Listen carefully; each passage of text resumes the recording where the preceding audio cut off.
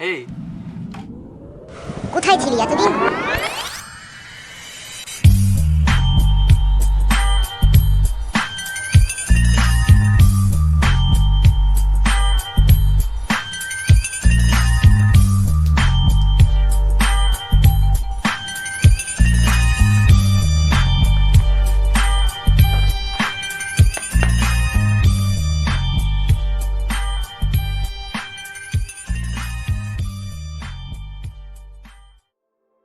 তো hello friends, welcome to my channel again. আজ বহুদিন বাদে একটা নতুন ভিডিও নিয়ে এসেছি। আপনারা টাইটেল আর থাম্বনেল দেখেইছেন যে আমরা কোথায় যেতে চলেছি মন্দারমণি। আর মন্দারমণিতে গিয়ে এক ভয়ঙ্কর অভিজ্ঞতার সাক্ষী আমরা 5 বন্ধু। কিন্তু 5 বন্ধুর মধ্যে এক বন্ধু এক ভয়ঙ্কর অভিজ্ঞতার সাক্ষী হয়েছিল, আর বাকি 4 আর। তো চলুন সেই গল্প নিয়ে, সেই আনন্দ নিয়েই ভিডিও শুরু করা যায়। দেখতে থাকুন।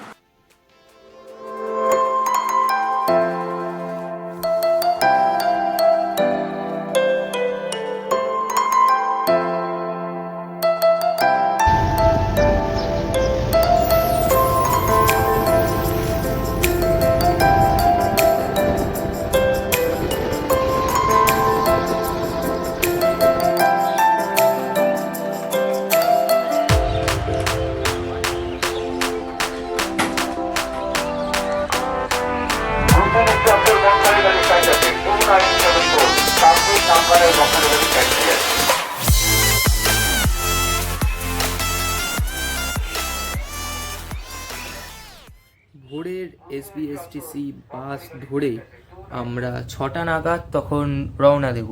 তার অনেক আগেই আমরা নির্দিষ্ট সময়ে সেখানে পৌঁছে গেছিলাম। আমার বাকি বন্ধুরা এবং তারা তাদের ফ্যামিলিকে নিয়ে সেইখানে উপস্থিত হয়েছিল আর কিছুক্ষণের মধ্যেই।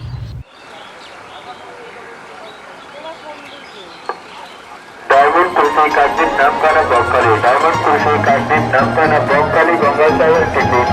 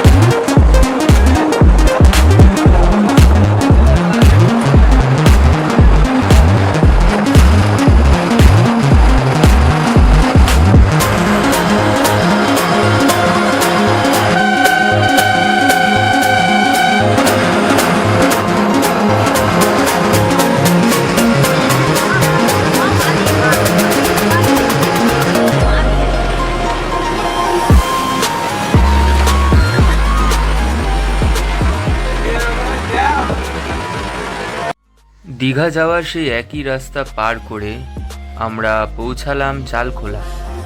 তবে এই রাস্তা কিন্তু একেবারেই মোনোটোনাস নয়। সেই রাস্তা দেখতে দেখতেই আমরা আমাদের গন্তব্য চালখোলায় এসে উপস্থিত হলাম। চালখোলার রাস্তাটি আমরা যেখানে দাঁড়িয়েছিলাম সেখান থেকে এই সোজা চলে যাচ্ছে দীঘার দিকে, আর বাঁ দিকে চলে যাচ্ছে মন্দারমণির দিকে। আর এইটা আসছে আমাদের কোলাঘাট থেকে বা এসপ্ল্যানেড থেকে, যাই আপনারা বলবেন। এরপর আমরা দরদাম করে চালখোলা থেকে টোটাল 2টো অটো ধরে 200 টাকা টোটাল 400 টাকা দিয়ে আমরা 17 জন মিলে রওনা দিলাম আমাদের মন্দারমণির হোমস্টে বেলাভূমির দিকে। বেলাভূমি একটা খুবই সুন্দর হোমস্টে মন্দারমণির মধ্যে, যেটা সুইমিং পুল নেই, কিন্তু তার যা পরিবেশ আর তার যা খাবার তার কোনো তুলনা হয় না।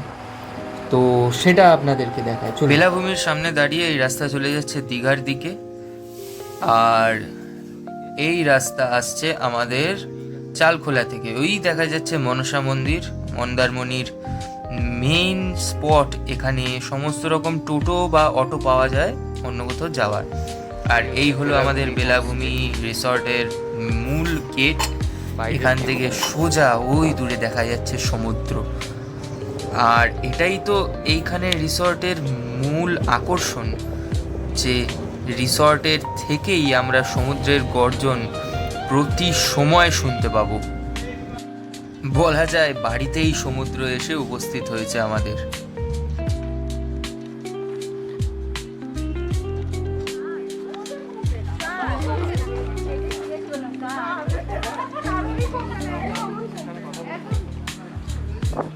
এটা হচ্ছিল বেলাভূমি রিসর্ট।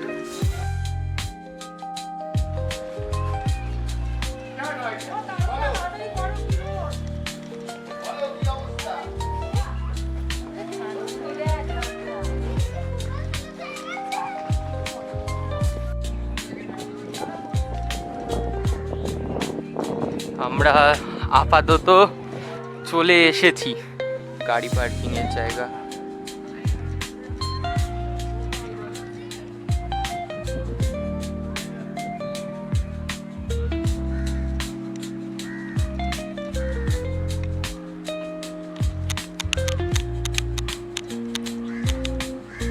দূর দিয়ে সমুদ্রের আওয়াজ শোনা যাচ্ছে।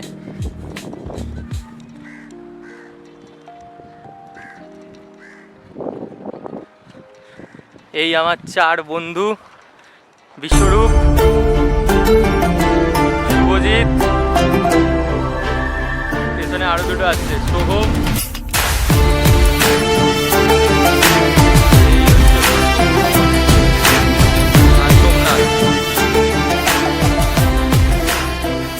এটা শুভজিৎ, এটা বিশ্বরূপ, আর এই হচ্ছে আমাদের ব্লগার বন্ধু সৌভিক। চলো আরো কথা বলছে, দেখা যাক। এখানে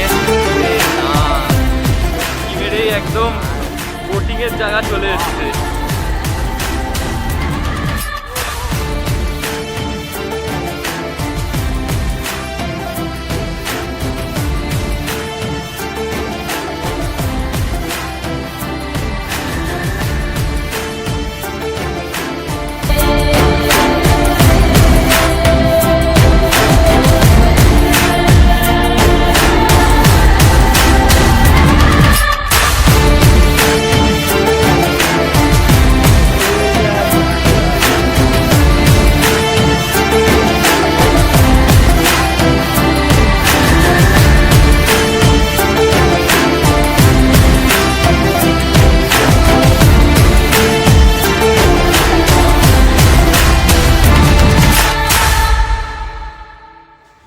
অবশেষে এসবিএসটিসির বাস চড়ে আর অটো করে আমরা পৌঁছালাম সমুদ্রের ধারে, যেটা দেখে আমাদের আর আনন্দের কোনো সীমা থাকলো না।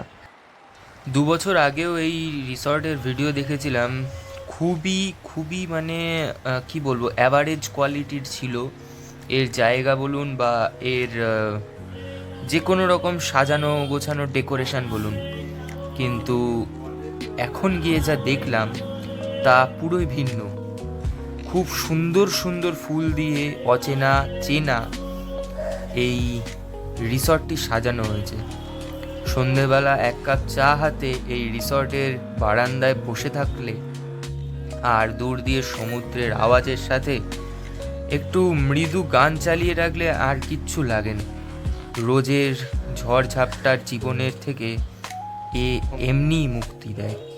চলুন এবার আপনাদেরকে এই রিসর্টের যে ছোট ছোট ঘরগুলো আছে তার ইন্টেরিয়র, ভেতরটা খুবই সুন্দর, একদম simple. TV, fan, AC, covered, বিছানা সহযোগে, মানে খুবই সুন্দর জায়গা। সাথে এরা 2টো করে টাওয়াল আর অনেকগুলো কম্বল দিয়েছিল। ইনফ্যাক্ট এই বিছানার তলা থেকে আরও এক্সট্রা একটা জায়গা বের করে আনা যায়, যেখানে ম্যাট্রেস পেতে আরও একজন শুয়ে থাকতে পারবে। আর ওয়াশরুমটা আপনারা এখানে দেখতেই পাচ্ছেন, একদমই মানে সুন্দর, কোনো কিছু এক্সট্রাও না, কোনো কিছু কমও না। বলছি যে এই হোটেলটা আমরা থেকে খুব ভালোই লাগলো। এখানের ট্যারিফটা কি আছে যদি আপনি একটু বলে দেন। হোটেল ট্যারিফ বলতে আমাদের তো 3টে টাইপের রুম আছে, ডবল বেড 2জন থাকার রুম আছে। এগুলো রেট হচ্ছে 1800 প্লাস জিএসটি। আচ্ছা। আর যেমন 3জন থাকার রুম আছে ওইগুলো 2000 প্লাস জিএসটি। হুম। কিছু স্পেশাল রুম আছে ওইগুলো আপনার 2500 প্লাস জিএসটি আছে, 3000 প্লাস জিএসটি আছে। আচ্ছা, আর এসি নন এসির বিষয়টা? এসি নন এসি বলতে শীতের সময় হলে ওই এসি রুমগুলো নন এসি হিসাবে দেওয়া হয়, তখন হয়তো কিছুটা রেট আমরা কমিয়ে দিতে পারি। আচ্ছা, ঠিক আছে। আর খাওয়া দাওয়ার বিষয়টা তো এখানে খাওয়া দাওয়া তো খুবই ভালো খেলাম, এখানে খাবার একদম ক্যান্টিন করা রয়েছে, আর খাওয়া দাওয়ার খুবই মানে ভালো লাগলো খেয়ে আর কি। খাওয়া তো আপনার পছন্দ মতো আপনি অর্ডার দিলে খাওয়াটা পেয়ে যাবেন, রুমে চাইলে রুমে পেয়ে যাবেন, এখানে বসে খেলেও খেতে পারবেন। আচ্ছা, আর মেনুটা? মেনুটা তো সামনে আছে হাতের কাছে। এটা মেনু, ঠিক আছে, থ্যাংক ইউ। এরপর চলে এলাম বেলাভূমি হোমস্টেতে, তাদের রেস্টুরেন্টে খাবার খেতে। খাবার যথারীতিভাবে খুবই ভালো, যেটা আগেও বলে এসেছি বা বলছি এতবার ধরে। এখানে যে কবার আপনি চাইবেন সে কবার ধরে সেই খাবারটা সার্ভ করা হবে, থালির ক্ষেত্রে বলছি। কিন্তু ধরুন আপনি কোনো মাছ কিনলেন বা কোনো আলাদা কোনো পদ কিনলেন, সেক্ষেত্রে বিষয়টা খানিকটা আলাদা।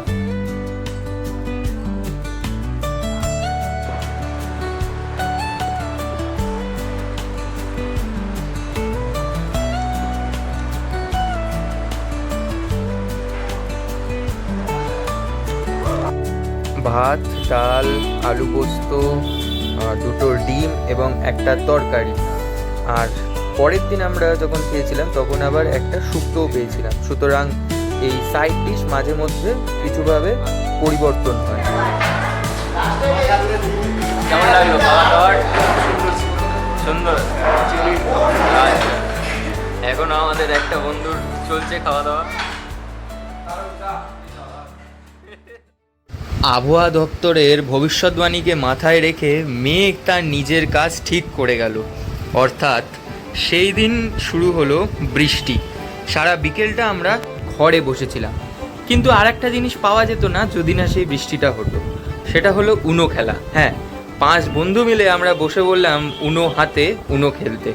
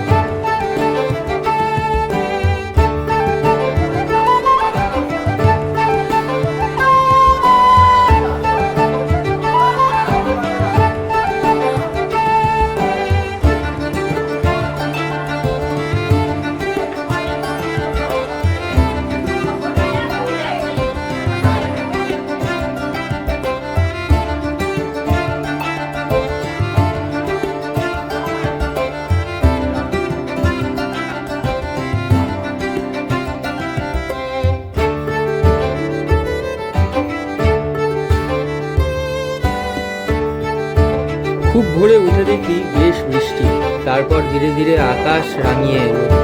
বেরিয়ে পড়লাম ক্যামেরা আর ফোন হাতে।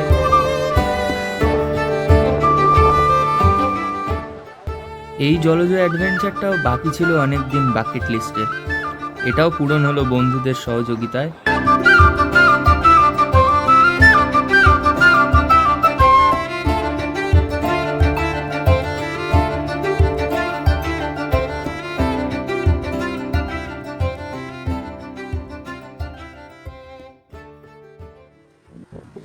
সকাল সকাল আলুর পরোটা দিয়ে পেট পুজোটা সেরে নিয়ে আমরা বেরিয়ে পড়লাম আশেপাশটা ঘুরে দেখতে। এরপর চোখে পড়লো সেই জলজ অ্যাডভেঞ্চারের জিনিসটা। কোনো ক্রমে 4 বন্ধুকে তো রাজি করিয়ে নিয়ে আমরা উঠে পড়লাম। শুভজিৎ সে শুধুমাত্র রাজি হয়নি এটার ক্ষেত্রে। ওফ, এখন সমুদ্রের জলের কালার আলাদা ভাই।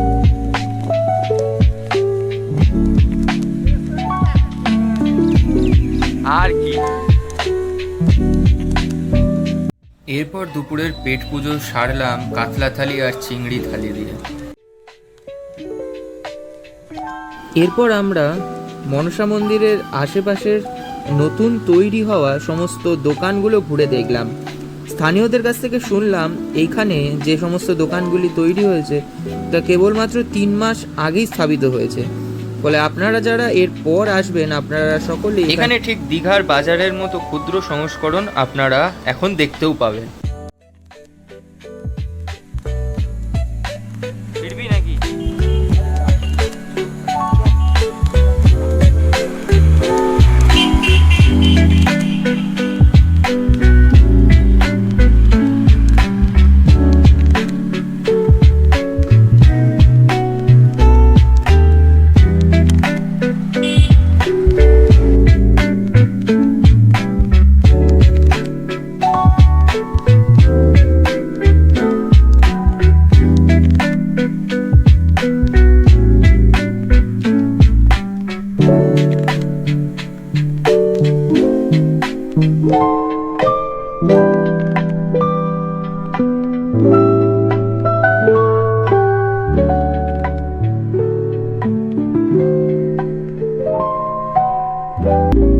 এইখান থেকে শঙ্করপুরে কিরকম কি ভাড়া আছে?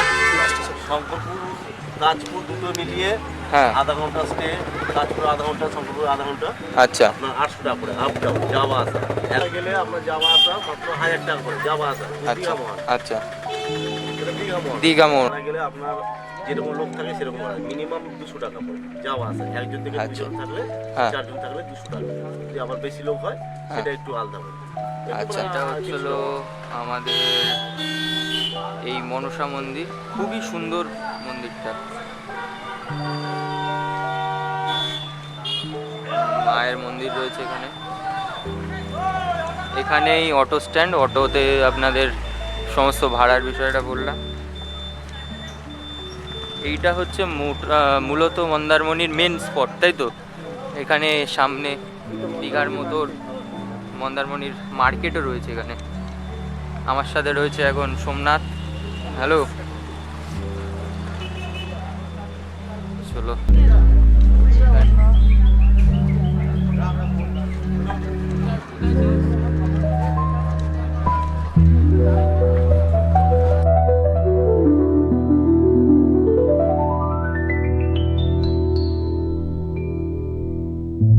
এটা হচ্ছে কি জানো, দাদন পাত্র বার ব্যবসায়ী কল্যাণ সমিতি।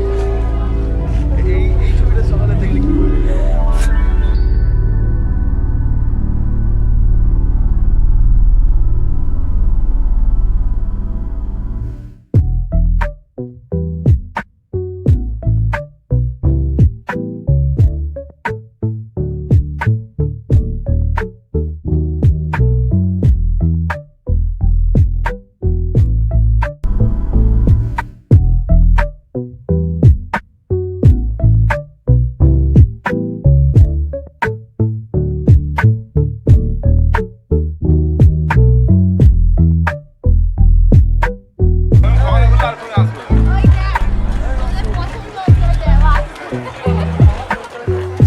এখানে অন্ধকারের মধ্যে বেশ ভালো লাগছে।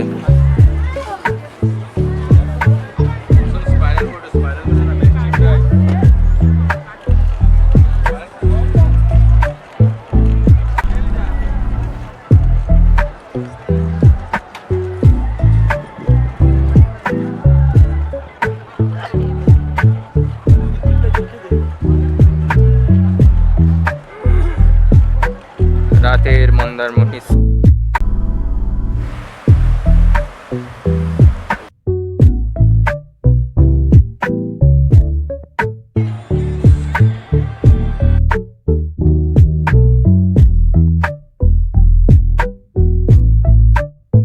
আজ আমাদের ফেরার পালা।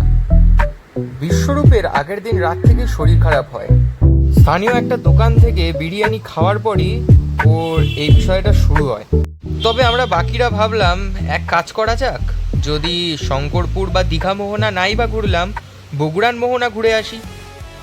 তবে এই প্ল্যানটি শুধু আমার মাথার মধ্যেই ছিল।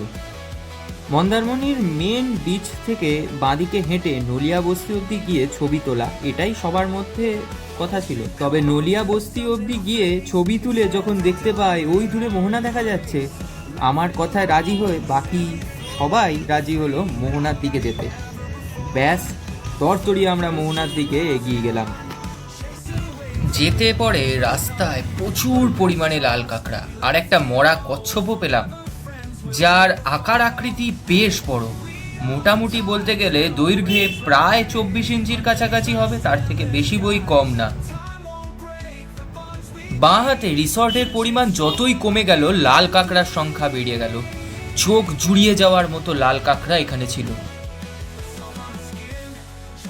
অবশেষে সকাল 6:30 থেকে 10:30 অবধি হাঁটার পর, যা ঘড়িতে ট্র্যাক হয়েছিল 7 কিলোমিটার, আমরা এসে পৌঁছালাম বগুড়ান মোহনা। এরপরই আসে আসল সমস্যা, অর্থাৎ ফেরার সমস্যা। 12:30টার মধ্যে বাস ধরতে না পারলে বাস চলে যাবে। এই নদীতে ডিঙি বেয়ে আসা মাছুয়ারাদের কাছ থেকে জিজ্ঞাসা করে আমরা এই নদী বরাবর পেরিয়ে এগিয়ে গেলাম। গিয়ে দেখলাম আমাদেরকে পেরোতে হবে এক এঁটেল মাটিযুক্ত এক খাল।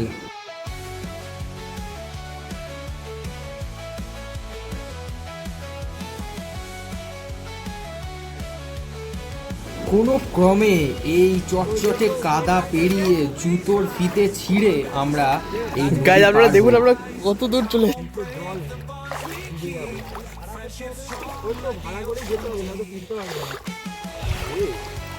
এরপর স্থানীয় মাছুয়ারার কাছ থেকে জানতে পারলাম যে এখান থেকে ফেরার কোনো গাড়ি পাবো না, তবুও আমাদের মেন রোডে যেতেই হবে। এ ভাই আমি তো কতটা ঢুকে গেছি, গাইজ ওর প্যান্ট ভিজে গেছে। অবশেষে মেঠো পথ পেরিয়ে আমরা পাকা হাই রোডে উঠলাম। তার অবস্থা কোথা দিয়ে এসছি, কোথায় যাবো কিচ্ছু জানি না। যদিও আমরা মেন হাই রোডে গিয়ে দেখি কিছু মানুষ স্থানীয় পুজোর জন্য চাঁদা জোগাড় করছিল। তাদেরকে জিজ্ঞেস করায় তারা একটা টোটো 150 টাকার বিনিময়ে মনসা মন্দির অবধি আমাদেরকে ঠিক করে দিল। সেই টোটো করেই আমরা রাস্তা দেখতে দেখতে খানিক কাদা নিয়ে ফিরলাম। সেই নাম না জানা ব্যক্তির কাজে আজও আমরা উপকৃত হয়ে রয়েছি। যাই হোক, এই অ্যাডভেঞ্চার আমাদের চিরস্মরণীয়, আজীবন থেকে যাবে মনে, এর কোনো তুলনা হয় না। এবার আমাদের ফেরার পালা। অবশেষে একটা প্রাইভেট কোম্পানির বাসে করে আমরা এসপ্ল্যানেড ফিরলাম, এই 17 জন। তো এতক্ষণ ধরে আপনারা দেখলেন পুরো ভিডিওটা, কেমন লাগলো অবশ্যই জানাবেন, কমেন্ট করবেন, আর শেয়ার করতে কিন্তু একদম ভুলবেন না। সবাইকে সুযোগ করে দিন আমাদের এই 5 বন্ধুর করা অ্যাডভেঞ্চারটা দেখার। Signing off. পরের ভিডিও যেন তাড়াতাড়ি আসে। Hope so.